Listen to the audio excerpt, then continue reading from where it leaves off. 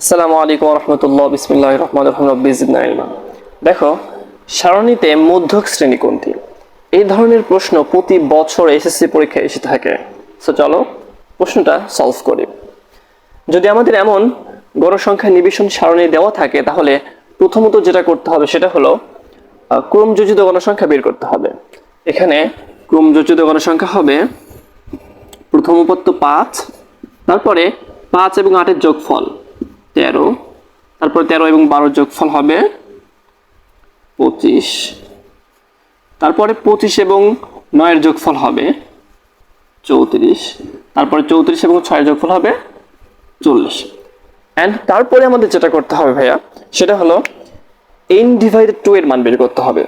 এখানে n এর মান হচ্ছে এই যে গণসংখ্যা পেলাম আমরা, গণসংখ্যা সবগুলো যোগ করে যে ভ্যালুটা আমরা পাবো সেটাই হলো n এর মান। তাহলে n সমান আমরা 40 পেলাম, তাহলে n ডিভাইডেড 2 এর মান হবে 40 ডিভাইডেড 2। তাহলে অ্যান্সার কি আসে? 20। হ্যাঁ, এই 20। এখন এই 20 যেই শ্রেণীতে থাকবে সেই শ্রেণী হলো আমাদের মধ্যক শ্রেণী। দেখো তো, এই 20 কি আমাদের এই 5-এর মধ্যে থাকতে পারে? বলো না, পারে না, কারণ 5 20-এর চেয়ে ছোট। এই 13-এর মধ্যেও থাকতে পারে না। এই 20 কিন্তু এই 25-এর মধ্যে থাকতে পারে। তাহলে এই বরাবর এই শ্রেণীটাই হবে আমাদের মধ্যক শ্রেণী, 51 থেকে 60। তাহলে অ্যান্সার হবে আমাদের খ। আশা করি সবাই বুঝতে পেরেছে।